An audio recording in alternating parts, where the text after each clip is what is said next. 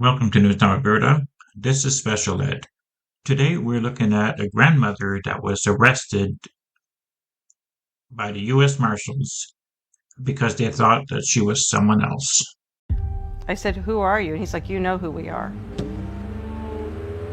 Around the corner came three unmarked white cars. Police, don't move! Hands up! And people were hanging out the side, pounding on the side, saying, "Police, police, police." Hands up!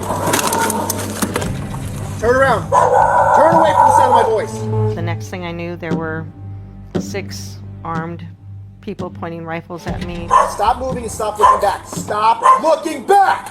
Who am I? Turn away. Turn around, we'll discuss it. Turn away, you're gonna get hit.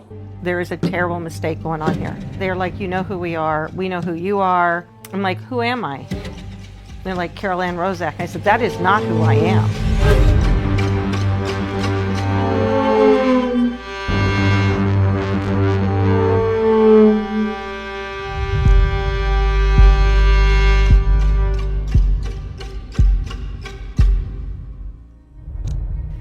Penny McCarthy was living a quiet life in Phoenix. She had done nothing illegal or suspicious when a team of U S Marshals assaulted her like a violent criminal. I've never been in trouble with the law. I had absolutely no clue what this could remotely be about. Do you want to confirm who I am? That's a good question. Don't you want to confirm who I am? They really don't give a shit who you are. Put your hands behind your back. Put your hands behind your back. In less than 2 minutes, Penny went from doing yard work to being chained up in the back of an unmarked minivan. No one showed me any badges. I was never issued any Miranda rights. I was never, through this whole process, allowed a phone call. They chained me at my ankles and my waist and my hands to my waist. The Marshals were looking for Carol Ann Rozak, a woman wanted for a 25-year-old parole violation for nonviolent crime. So all this for non-violent crime that she didn't even commit.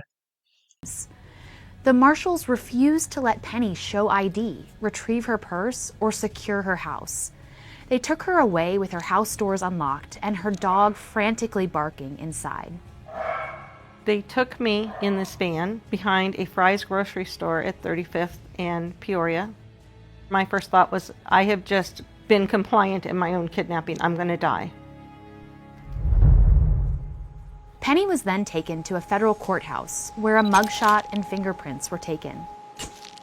Although Penny had never been arrested before, officers claimed that her fingerprints and tattoo matched Carol Rozak's.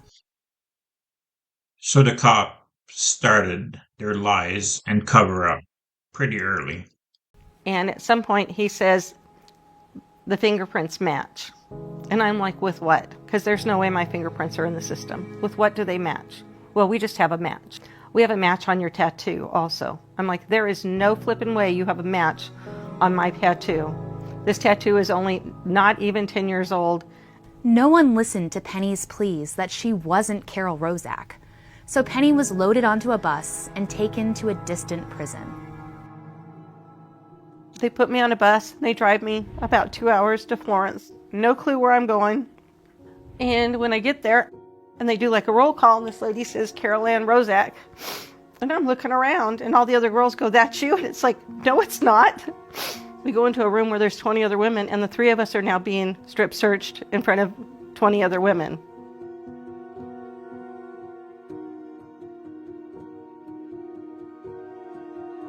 So this lady wants me to strip search me, and she tells me I can't wear my hair tie because my hair is up in a ponytail because I've been working in the yard.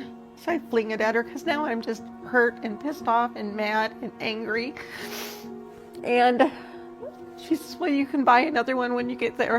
And I'm like, "With what? I have no wallet. I have no purse." So they strip search you, and when they strip search you, it's like no matter what kind of shape you're in, the answer is the same. Lift your boobs, lift your belly, turn around, squat, pull your butt cheeks apart, cough 3 times. It's humiliating. Meanwhile, nobody in Penny's life knew where she was. And according to everyone at the detention facility, Penny was not there because they said she was Carol Ann Rozak. So nobody knew where she was. No one was answering questions because they were asking about the wrong person, apparently. I keep saying, I was told I could make a phone call. I was told I could make a phone call. And they're like, well, it's 11 o'clock now. The phones are shut off. But I've never been allowed to make a phone call. Nobody knows where I'm at. She spent the night in a cold holding cell wearing threadbare prison garb. The next day, Penny was driven back to the federal courthouse, where she was finally able to meet with an attorney. Her public defender believed her and tried to explain that the marshals arrested the wrong woman.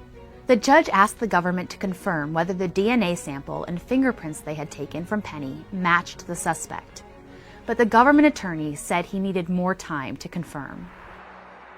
The court set another court date to establish Penny's identity and released her until that time. I'm going to call you Ms. McCarthy at this point. So I am releasing you from custody in the building, and I'm not going to order you to present to pretrial services. I am going to, and I'm not going to set release conditions. The government ended up dropping all charges before Penny's next court date. And while the ordeal was over, the trauma has been life-changing. I don't want any part of it anymore. I don't trust any government official or anybody anymore. I raised 5 children to respect the law. And now I feel stupid for doing that. So now they check the fingerprints and DNA and find that, oh, I guess it's not her. So they just, let her go. That's whatever, no harm, no foul, right? And I teach my kids to be careful with police because they're allowed to lie. My fear is that they're going to pull me over one day, and for whatever reason, something happens, and they're going to fingerprint me, and all of a sudden I'm going to be Carol Ann Rozak and stuck someplace where nobody knows where I'm at. Now she is suing with the Institute for Justice.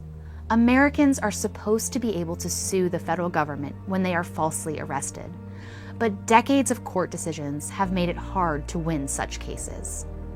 I'm hoping that they can help every honest person in the United States get the law changed so that this can't happen to them. I am never going to keep quiet through this. The whole world's going to know who was after me.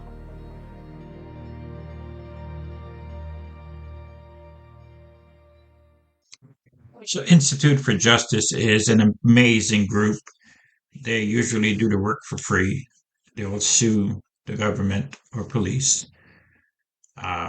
And like they said, it's very hard to sue the police because there are so many protections for them. This was an absolute train wreck. What they did to this woman without even checking her ID. She even said, "Purse is in the house. You can verify my ID." So what do you think of this? What do you think that she deserves for all this? Let me know in the comments. Please like, share, and subscribe. Thank you.